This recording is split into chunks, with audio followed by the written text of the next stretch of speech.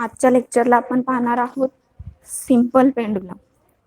तर सिंपल पेंडुलमचे दोन टाइप्स आहेत. एक आहे आयडियल सिंपल पेंडुलम आणि दुसरा आहे प्रॅक्टिकल सिंपल पेंडुलम. तर सुरुवातीला पाहू आपण आयडियल सिंपल पेंडुलम. तर आयडियल सिंपल पेंडुलम काय असतो त्याची डेफिनेशन्स आपल्याला दिलेली आहे. A ideal pendulum is heavy particle suspended by a massless in extensible flexible string from a rigid support. आता पहिला पाहणार आहोत आपण आयडियल सिंपल पेंडुलम. तर आयडियल सिंपल पेंडुलम म्हणजे काय की एक हेवी पार्टिकल हा मासलेस स्ट्रिंगला काय केला असतो, सस्पेंडेड केलेला असतो. त्या पेंडुलमला म्हटलं जातं ideal simple pendulum. A heavy particle suspended by a massless string from a rigid support. एक massless स्ट्रिंगला काय केलेलं आहे, हेवी पार्टिकल सस्पेंडेड केलेला आहे. अशा पेंडुलमला म्हटलं जातं आयडियल सिंपल पेंडुलम. पण पहा, स्ट्रिंग ही मासलेस असू शकते का, तर नाही. मासलेस आपण बारीकच्या बारीक तरी धागा घेतला, जो धागा असतो दोरा घेतला, तो कितीही बारीक असला तरी त्याला काय असेल, मास असेल. म्हणजे स्ट्रिंग ही मासलेस असू शकत नाही. म्हणजे आयडियल सिंपल पेंडुलम हा जो आहे हा प्रॅक्टिकली पॉसिबल नाही.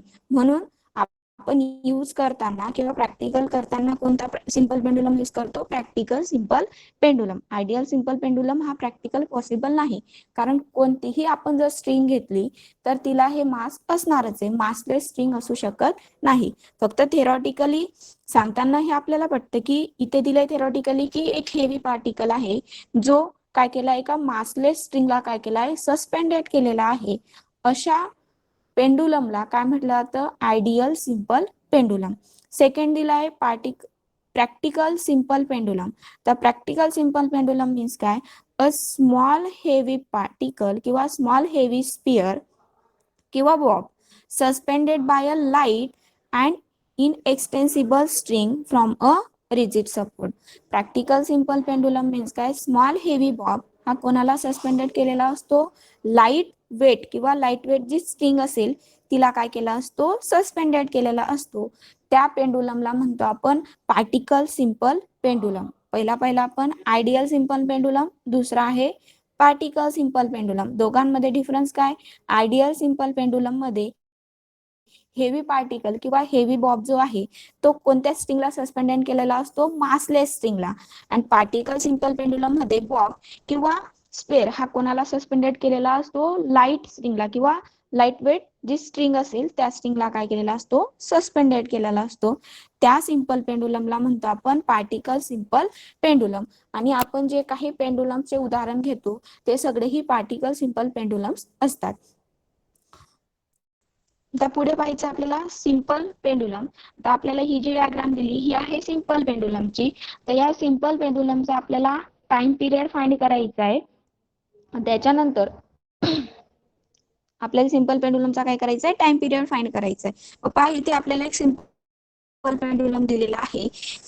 A distance between the point of suspension and center of gravity of the bob is called as the length of pendulum.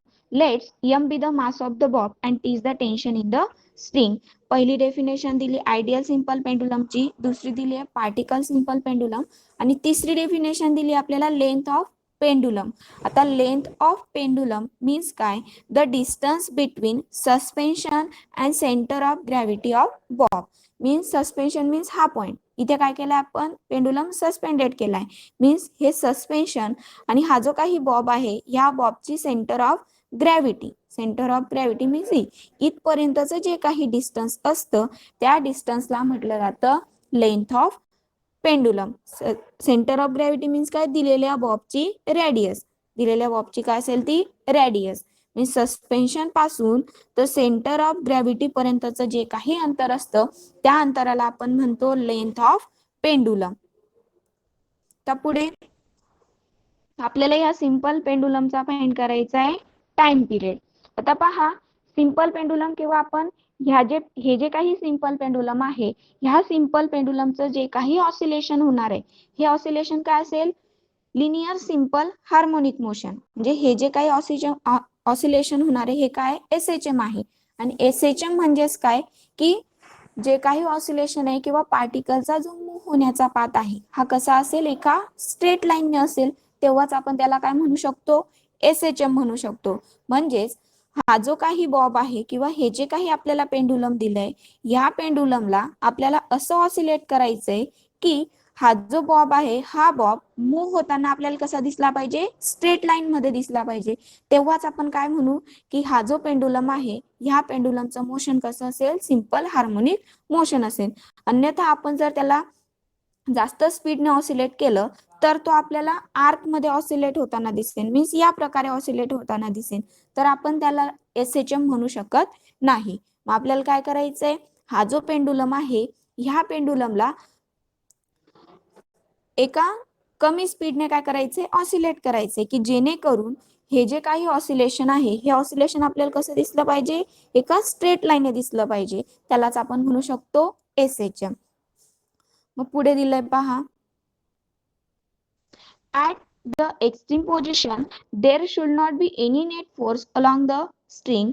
The component mg can only balance the force due to tension, thus weight mg is resolved into two components. आता पहा, आपण काय करणार आहोत, हा जो pendulum आहे ह्या पेंडुलमला आपण ऑसिलेट केलं मीन्स काय केलं, त्याला त्याच्या मेन पोझिशन पासून डिस्प्लेस केलं एका स्मॉल अंतरावर, आणि त्या डिस्प्लेस झाल्यानंतर त्याचा जो अँगल आहे तो अँगल आपल्याला दिलेला आहे थीटा. आता हा जो बॉब आहे हा बॉब सुरुवातीला कुठे होता, त्याच्या मेन पोझिशनला, सुरुवातीला होता मेन पोझिशन पासून तो कुठे गेला, एक्स्ट्रीम पोझिशनला. आता बॉब हा एक्स्ट्रीम पोझिशनला गेल्यानंतर हा जो काही बॉब आहे ह्या बॉबवर ऍक्ट होणारे जे काही फोर्स आहेत ते फोर्स आपल्याला फाइंड करायचे. मग पहा, बॉब जेव्हा एक्स्ट्रीम पोझिशनला असेल तेव्हा बॉबवर, तर समजा हा बॉब आहे, ह्या बॉबवर खालच्या डायरेक्शनने ही असेल त्याची main position, he extreme position.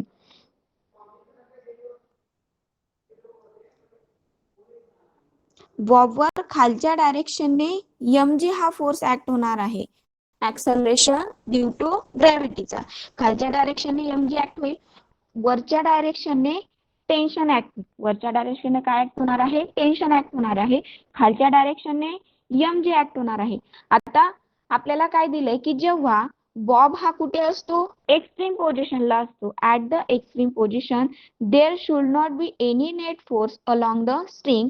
The component mg can only balance the force due to the tension, thus weight mg is resolved into a two components. जेव्हा components कुठे असेल, एक्स्ट्रीम पोझिशनला असेल, म्हणजे इथे. आता हा mg जेव्हा हा जो बॉब आहे हा बॉब कुठे असेल, एक्स्ट्रीम पोझिशनला असेल, तेव्हा ह्या बॉबवर ऍक्ट होणारा जो काही फोर्स असेल, नेट फोर्स, हा कसा असेल, 0 असेल. आणि नेट फोर्स 0 असल्या कारणाने हा जो बॉब आहे हा बॉब वरतीही जात नाहीये आणि खाली सुद्धा येत नाही, तो कुठे आहे, त्याच्या एक्स्ट्रीम पोझिशनलाच आहे. म्हणजेच काय की या बॉबवर जे काही फोर्स आहेत ते कोणते फोर्स आहेत, बॅलन्स्ड फोर्स आहेत. आता पहा, हा जो mg आहे हा mg टेन्शनला काय करत नाहीये, बॅलन्स करत नाही. म्हणजेच काय की टेन्शनला कोण बॅलन्स करेल, मग mg चे कॉम्पोनंट. मीन्स आपण जर ह्या डायरेक्शनने एक कॉम्पोनंट घेऊ शकतो आणि या डायरेक्शनने एक कॉम्पोनंट घेऊ शकतो mg चा. ते पहा, आपल्याला काय सांगितलंय की एक्स्ट्रीम पोझिशनला बॉब हा कसा असतो, बॅलन्स असतो, किंवा बॉबवर ऍक्ट होणारा जो नेट फोर्स आहे तो कसा असतो, 0 असतो. आता नेट फोर्स 0 असल्या कारणाने बॉब हा वरती पण जात नाही आणि खाली येत नाही, तो कुठे असतो, त्याच्या एक्स्ट्रीम पोझिशनलाच असतो. मग आता ऍक्सलेशन ड्यू टू ग्रॅव्हिटी, हा जो mg फोर्स आहे हा mg टेन्शनला काय करत नाहीये, बॅलन्स करत नाही. टेन्शनला तो mg ह्या डायरेक्शनने आहे आणि टेन्शन ह्या डायरेक्शनने, तर टेन्शनला mg हा बॅलन्स करत नाही, तर टेन्शनला कोण बॅलन्स करतं, mg चे कॉम्पोनंट्स, एक कॉस कॉम्पोनंट आणि एक असेल साइन कॉम्पोनंट. आता पहा, इथला अँगल थीटा आहे तर इथला अँगल सुद्धा कोणता असेल, थीटा असेल. आणि थीटाच्या साइडचा जो कॉम्पोनंट असतो तो असतो mg साइन थीटा, आणि थीटाच्या परपेंडिक्युलरचा जो कॉम्पोनंट असतो तो असतो mg साइन थीटा. थिटाच्या जवळचा असतो mg cos थिटा आणि थिटाचे एक्झॅक्ट परपेंडिक्युलर असतो mg sin थिटा. आपण काय केलं की mg मुळे टेन्शन जो आहे तो बॅलन्स होत नाही, तर टेन्शनला कोण बॅलन्स करतं? mg चे कॉम्पोनंट. आता इथे पहा, टेन्शनला कोण बॅलन्स करतंय? mg cos theta. टेन्शनला कोण बॅलन्स करतंय? mg cos theta. म्हणजे हा जो काही बॉब आहे एक्स्ट्रीम पोझिशनला, ह्या बॉबवर वरच्या डायरेक्शनने टेन्शन ऍक्ट होतंय, खालच्या डायरेक्शनने mg चा जो कॉस कॉम्पोनंट आहे mg cos थिटा हा काय करतोय? खालच्या डायरेक्शनने ऍक्ट होतोय. म्हणजेच काय की हा जो बॉब आहे हा बॉब कसा असेल? बॅलन्स असेल. मीन्स तो वरतीही जाणार नाही आणि खाली येणार नाही. त्याच्यानंतर mg sin थिटा काय करतोय? mg sin थिटा, mg चा हा जो कॉम्पोनंट आहे mg sin थिटा, ह्या कॉम्पोनंट मुळे हा जो बॉब आहे हा बॉब कुठे मूव्ह होतोय? मीन पोझिशन कडे मूव्ह होतोय. mg cos थिटा मुळे बॉब काय झाला? बॅलन्स झाला. पण दुसरा जो कॉम्पोनंट आहे mg sin थिटा, ह्या mg sin थिटा मुळे हा जो बॉब आहे हा एक्स्ट्रीम पोझिशन पासून कुठे येतोय? मेन पोझिशनला येतोय. म्हणजे mg sin थिटा कोणासारखा बिहेव करतोय? रिस्टोरिंग फोर्स सारखा बिहेव करतोय. म्हणून mg sin थिटाला आपण रिस्टोरिंग फोर्स सुद्धा म्हणू शकतो. इथेच आपल्याला ह्या डायग्राम मध्ये एवढंच दिलंय. डायग्राम मध्ये काय दिलंय? L means length of pendulum. हा जो काही थिटा आहे हा थिटा व्हेरी स्मॉल आहे. हा थिटा लेस दॅन 10 डिग्री. हा जो थिटा दिला आपल्याला हा थिटा कसा आहे? लेस दॅन 10 डिग्री. मीन्स आपण जेवढं कमी ऑसिलेशन देऊ तेवढं आपल्याला ह्या बॉबची काही मोशन आहे ती मोशन कशी दिसेल? स्ट्रेट लाईन मध्ये दिसेल. तेव्हाच आपण त्याला काय म्हणू शकतो? SHM म्हणू शकतो. त्याच्यानंतर ऑसिलेशन दिल्यानंतर जेव्हा बॉब कुठे येतो? एक्स्ट्रीम पोझिशनला येतो, तेव्हा बॉबवर ऍक्ट असणारे किंवा स्पेअरवर ऍक्ट होणारे जे काही फोर्स आहेत, नेट फोर्स कसे असतील? 0 असतील. तेव्हाच हा जो बॉब आहे किंवा हा जो स्पेअर आहे हा एक्स्ट्रीम पोझिशनला कसा असतो? बॅलन्स असतो. पण mg हा टेन्शनला बॅलन्स करू शकत नाही. तर टेन्शनला बॅलन्स कोण करतं? mg चा कॉम्पोनंट mg cos थिटा. त्याच्यानंतर बॉब हा एक्स्ट्रीम पोझिशन मीन पोझिशनला कोणामुळे? कॉम्पोनंट mg sin थिटा मुळे. आता mg sin थिटा मीन्स काय? तर मग रिस्टोरिंग फोर्स. पुढे पहिलं दिलंय आपल्याला at the extreme position there should not be any net force along the string. The component mg can only balance the force due to the tension. Thus, weight mg is resolved into a two components. Extreme पोझिशनला जो काही Bob होता तो काय होता? Balance होता. आणि तो बॅलन्स करण्यासाठी तो बॉब जो आहे तो बॅलन्स कोणी केला? टेन्शन T ने आणि mg चा कॉम्पोनंट mg cos थिटा ने. The component mg cos theta along the string which is balanced by the tension T. mg चे दोन कॉम्पोनंट पाहिले आपण. mg चा पहिला आपण cos थिटा आणि दुसरा पहिला mg sin theta. mg sin theta आणि दुसरा पहिला mg cos theta. mg cos theta. आता mg cos थिटा काय करतो? टेन्शनला बॅलन्स करतो. टेन्शनला बॅलन्स केल्यामुळे एक्स्ट्रीम पोझिशनला असणारा जो स्पेअर आहे तो ऑसिलेशन करताना वरतीही जात नाही किंवा खाली येत नाही. कशामुळे? टेन्शन आणि mg cos थिटा मुळे तो कसा असतो? बॅलन्स असतो. त्याच्यानंतर दुसरं दिले component mg sin theta perpendicular to the string. mg sin theta काय आहे? स्ट्रिंगला काय? परपेंडिक्युलर आहे. आणि परपेंडिक्युलर आहे म्हणजेच काय की तो काय करतोय? बॉबला एक्स्ट्रीम पोझिशन पासून मेन पोझिशनला येण्यासाठी काय करतोय? मदत करतोय. Like a restoring force. म्हणून आपण mg sin थिटाला असे लिहू शकतो, restoring force F is equal to mg sin theta किंवा minus mg sin theta. Restoring force आपण F is equal to minus kx लिहितो. ही मायनस साइन काय असतं? Displacement and force. दोघंही काय असतात? एकमेकांच्या अपोजिट डायरेक्शन असतात. मायनस साइन काय दाखवते? डायरेक्शन दाखवते. इथे सुद्धा ही मायनस साइन काय दाखवत असेल? डायरेक्शन. म्हणून restoring force F is equal to आपण काय लिहिला मग? mg sin theta. कारण mg sin थिटा मुळे एक्स्ट्रीम पोझिशन पासून बॉब कुठे येतोय? मीन पोझिशनला येतोय. म्हणून mg sin थिटाला आपण काय म्हणणार आहोत? Restoring force. As theta is very small, theta is less than 10 degree. आपण काय केलं की आपल्याला ते जे काही ऑसिलेशन आहे पार्टिकल जो मूव्ह होत आहे तो कसा दिसला पाहिजे? स्ट्रेट लाईन मध्ये दिसला पाहिजे. म्हणजेच आपण त्याला काय करणार आहोत? एका छोट्या स्पीडने काय करणार आहोत? ऑसिलेट करणार आहोत.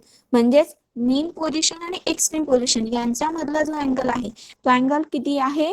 Theta is less than 10 degree, म्हणजे 10 डिग्री पेक्षा सुद्धा कमी असला पाहिजे, तेव्हाच आपल्याला ते ऑसिलेशन कसं दिसेल, एका स्ट्रेट लाईन मध्ये दिसेल, आणि स्ट्रेट लाईन मध्ये दिसेल तेव्हाच आपण त्याला काय म्हणू शकतो, SHM म्हणू शकतो. पहा पुढे, थिटा इज व्हेरी स्मॉल, म्हणजे sine theta is nearly equal to theta. Sine theta is equal to काय असेल, नियरली इक्वल टू थिटा, कारण थिटा कसा आहे, व्हेरी स्मॉल आहे. मग या फॉर्म्युल्यात साइन थिटाची व्हॅल्यू आपल्याला काय पुट करायची आहे, थिटा पुट करायची. F is equal to minus mg theta. पुढे from figure theta is equal to x upon L. आता थिटा मीन्स काय, तर अँगल. थिटा मीन्स काय आहे, angle. and angle is equal to असतो, theta means angle and angle is equal to असतो arc length. angle कसा find केला जातो, arc length divided by radius. arc length divided by radius. आता इथे पहा, आपल्याला ह्या सिंपल पेंडुलम मध्ये arc length काय दिसते,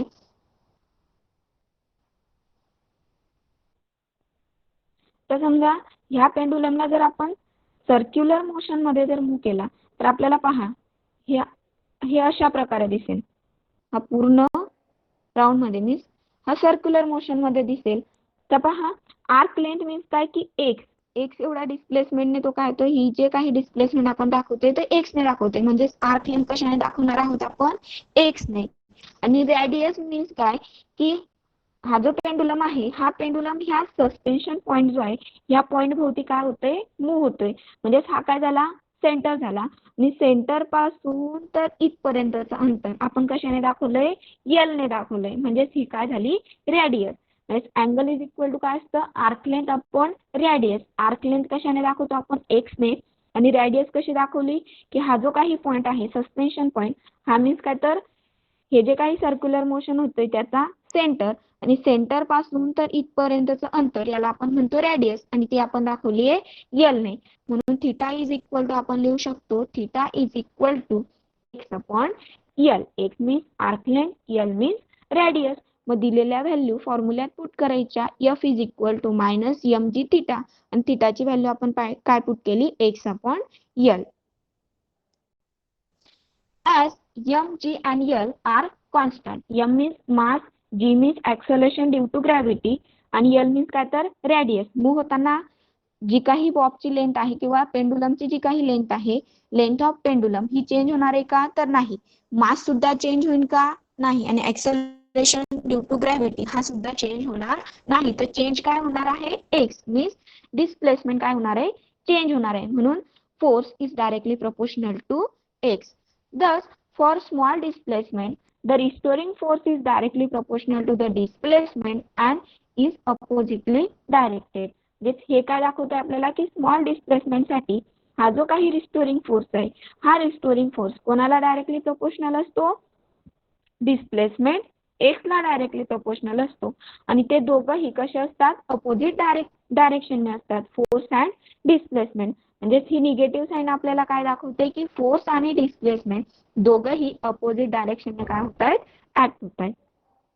hence the bob of simple pendulum perform a linear SHM. म्हणजे तो जो काही बॉब आहे तो काय परफॉर्म करतोय, लिनियर SHM परफॉर्म करतोय. केव्हा, जेव्हा आपण ते जे काही डिस्प्लेसमेंट असेल ते कसं असेल, स्मॉल असेल, आणि अँगल हा कसा असेल, लेस दॅन 10 डिग्री असेल, तेव्हाच तो बॉब आपल्याला एका स्ट्रेट लाईन मध्ये मूव्ह होताना दिसेल. आणि तो जेव्हा स्ट्रेट लाईन मध्ये मूव्ह होईल किंवा त्यालाच आपण काय म्हणतो, लिनियर SHM. आणि लिनियर SHM म्हणजे काय की पार्टिकलचा मूव्ह होण्याचा पाथ हा कसा असेल, स्ट्रेट लाईन मध्ये असेल, त्यालाच आपण म्हणतो लिनियर SHM. म्हणजे इथे हे जे काही सिंपल पेंडुलम आहे, हे सिंपल पेंडुलम सुद्धा काय परफॉर्म करते, मग लिनियर SHM परफॉर्म करते. आता आपल्याला फाइंड करायचा आहे पिरियड, सिंपल पेंडुलमचा पिरियड आणि सिंपल पेंडुलमची फ्रिक्वेन्सी. हे आर्टिकल बोर्ड एक्झाम मध्ये विचारलं जातं 4 मार्क्स साठी, पिरियड आणि फ्रिक्वेन्सी फाइंड करायला. आता आपल्याला फाइंड करायचा आहे दिलेल्या सिंपल पेंडुलमचा टाइम पिरियड. मग time period T is equal to किंवा time period T of oscillation of pendulum perform T is equal to 2π upon omega. आपल्याला टाइम पिरियडचा फॉर्म्युला माहिती आहे, T is equal to 2π upon omega is equal to 2π upon under root of acceleration per unit displacement. Omega means काय असतो, acceleration per unit displacement. आता पहा आपण F ची व्हॅल्यू फाइंड केली आहे. एफ इज इक्वल टू काय, minus M G x upon L. आता एफ ची व्हॅल्यू आपल्याला ह्या इक्वेशन मध्ये पुट करायची न्यूटन सेकंड लॉ वरून. F is equal to M A, हा काय न्यूटन सेकंड लॉ आहे. आता जर आपण F is equal to M A put केला तर हे इक्वेशन काय होईल, therefore M A is equal to minus M G x upon L.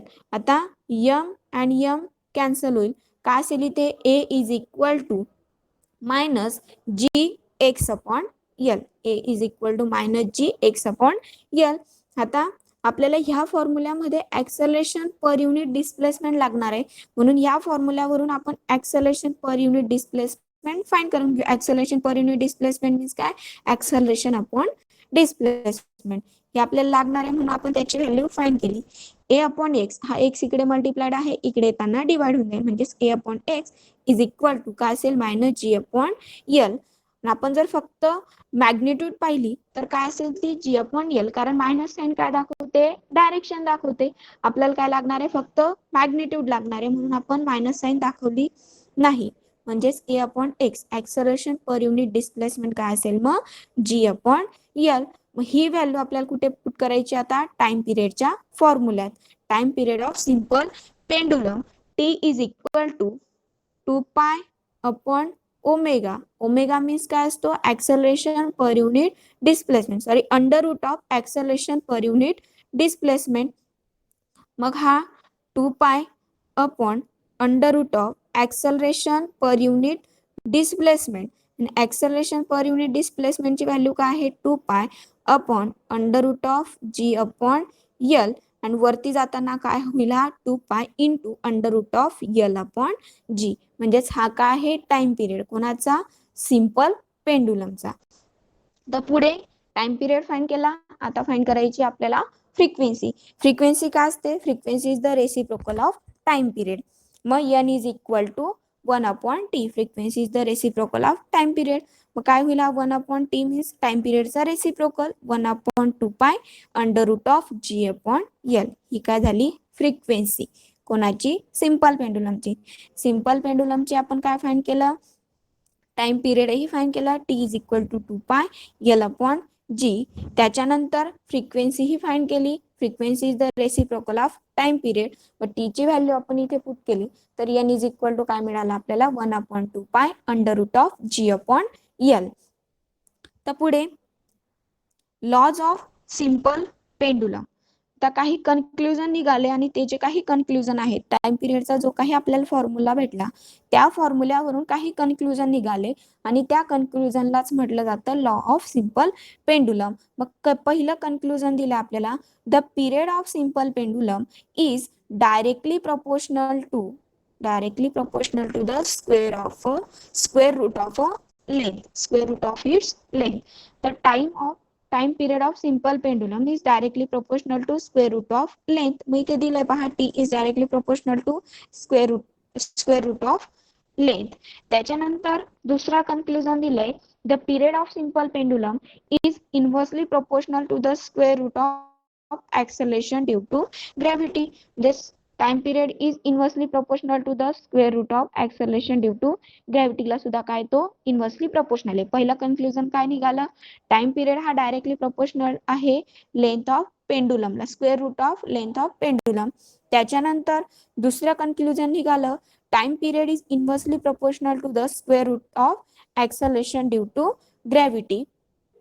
तिसरं कन्क्लुजन आहे, the period of simple pendulum does not depends on its mass. जो काही period आहे किंवा टाइम पिरियड आहे, हा टाइम पिरियड दिलेला जो काही स्पेअर आहे किंवा पार्टिकल आहे त्या पार्टिकलच्या मासवर डिपेंड नाही. म्हणजे या फॉर्म्युल्यात आपल्याला कुठे यम दिसतोय का, तर नाही. म्हणजे टी टाइम पिरियड हा मासवर डिपेंड नाही, does not depends on its mass.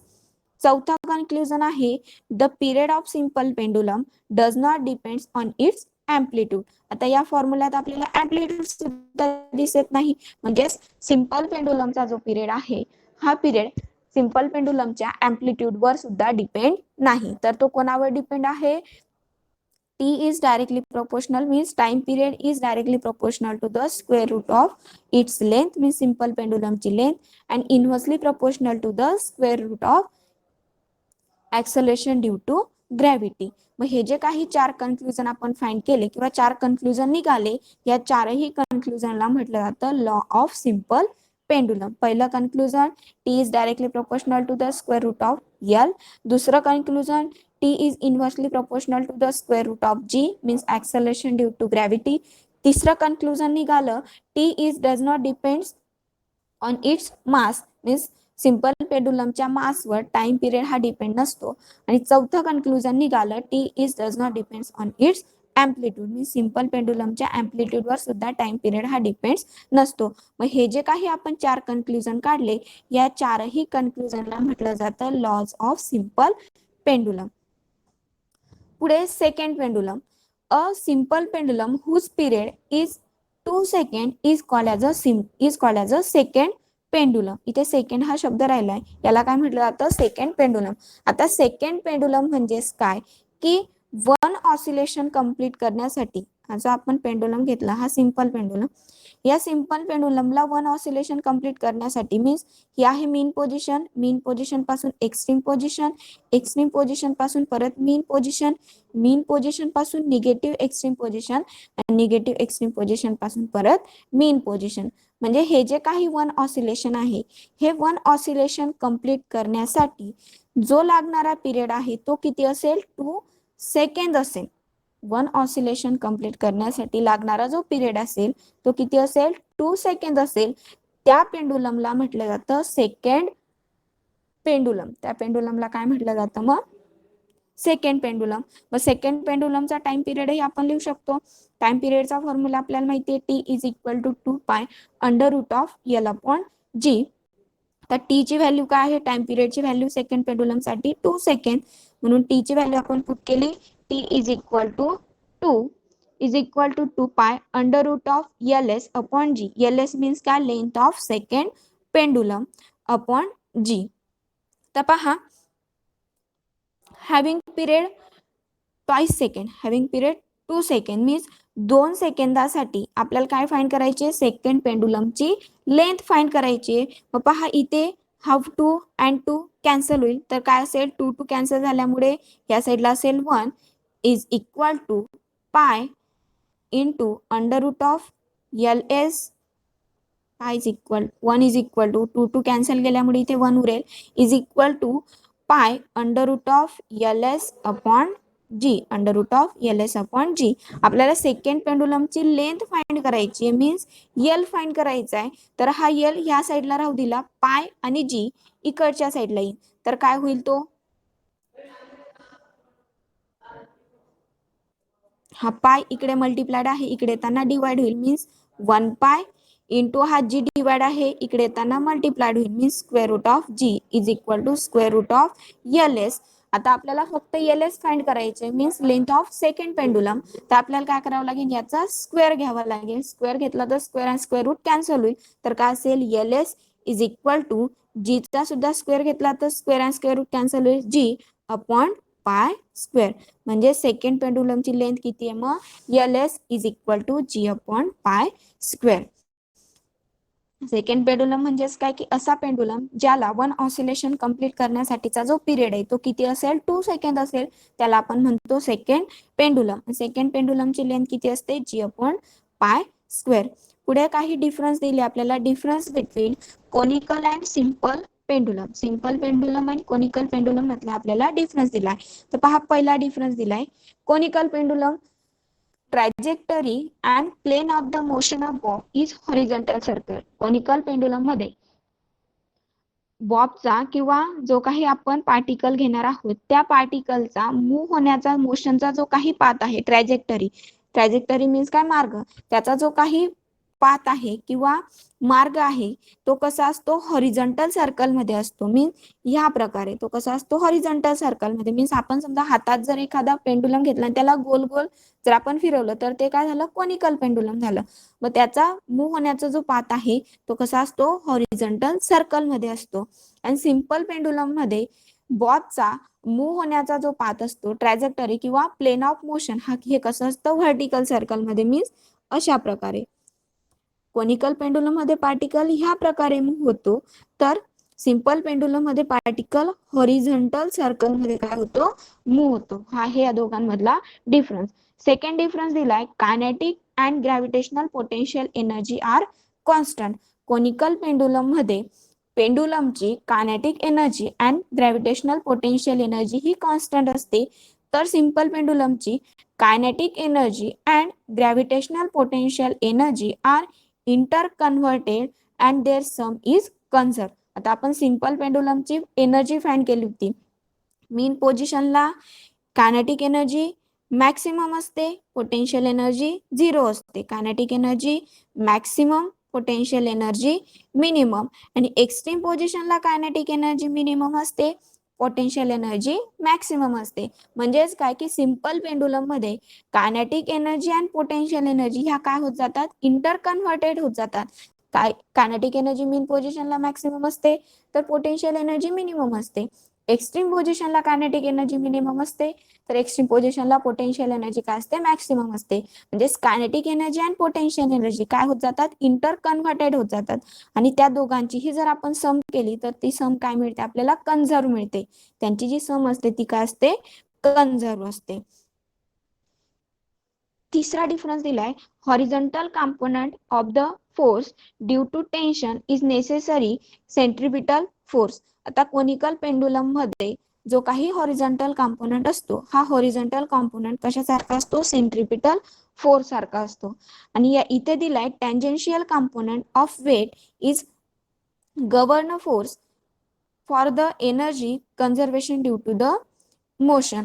Simple pendulum मध्ये टँजेन्शियल फोर्स काय असतो tangential component of weight is governed force by the energy conservation due to the motion. Conical pendulum मध्ये horizontal component हा centripetal force सारखा असतो आणि simple pendulum मध्ये tangential component असतो. चौथा दिलाय पिरियड. आता कोनिकल पेंडुलमचा टाइम पिरियड आहे t is equal to 2 pi under root of L cos theta upon g. आणि सिंपल पेंडुलमचा टाइम पिरियड आहे t is equal to 2 pi g under root of G upon L. त्याच्यानंतर पाचवा difference दिलाय string always make a fixed angle with the horizontal and can never be a horizontal. आता conical pendulum मध्ये जी काही string असते, conical pendulum मध्ये ही जी काही स्ट्रिंग आपल्याला दिली आहे ही स्ट्रिंग एका फिक्स अँगल मध्ये काय केली असते फिक्स्ड असते, किंवा तिने तयार केलेला जो काही अँगल थिटा असतो हा काय असतो फिक्स असतो. आणि तो अँगल थिटा फिक्स असल्यामुळे ती या ही जी काही सस्पेन्शन आहे किंवा हा जो काही रिजिड सपोर्ट आहे याला ती हॉरिझॉन्टल होत नाही. म्हणजे सस्पेन्शन आणि स्प्रिंग हे जे काही आहेत हे हॉरिझॉन्टल होत नाही कोणामध्ये कोनिकल पेंडुलम मध्ये. तर सिंपल पेंडुलम मध्ये काय दिलंय with large amplitude the string can be horizontal at the some instant. तर समजा सिंपल पेंडुलम मध्ये जर आपण हा आहे हॉरिझॉन्टल रिजिड सपोर्ट, हा आहे आपला सिंपल पेंडुलमचा हॉरिझॉन्टल रिजिड सपोर्ट. आता समजा ह्या पेंडुलमला जर आपण काय केलं लार्ज अँप्लिट्यूडने काय केलं मूव्ह केलं, तर लार्ज अँप्लिट्यूडने जर आपण मूव्ह केलं तर ही स्ट्रिंग कुठे जाईल डायरेक्टली इथे जाईल. म्हणजेच ही स्ट्रिंग आणि सस्पेन्शन दोघंही काय झाले हॉरिझॉन्टल झाले. म्हणजे सिंपल पेंडुलम मध्ये जर आपण लार्ज अँप्लिट्यूड देत असू पेंडुलमला तर स्ट्रिंग ही काय होते हॉरिझॉन्टल होते. पण कोनिकल पेंडुलम मध्ये तसं होत नाही. कोनिकल पेंडुलम मध्ये अँगल कसा असतो स्ट्रिंगचा फिक्स असतो, त्याच्यामुळे ती हा जो काही सस्पेन्शन किंवा रिजिड सपोर्ट आहे याला हॉरिझॉन्टल होत नाही. म्हणजेच ती ह्याच प्रकारे फिरत राहते. पण सिंपल पेंडुलम मध्ये जर आपण लार्ज अँप्लिट्यूड दिली तर पेंडुलम हा काय होतो हॉरिझॉन्टल होतो. आता सिंपल पेंडुलम मीन्स या प्रकारे मूव्ह होते हॉरिझॉन्टल सर्कल मध्ये. म्हणजेच ह्या पोझिशनला किंवा ह्या अँगलला काय होईल स्ट्रिंग या सस्पेन्शनला किंवा रिजिड सपोर्टला काय होईल हॉरिझॉन्टल होईल. हे होते डिफरन्स 5 डिफरन्स. इथे आपण थांबू पुढच्या लेक्चर.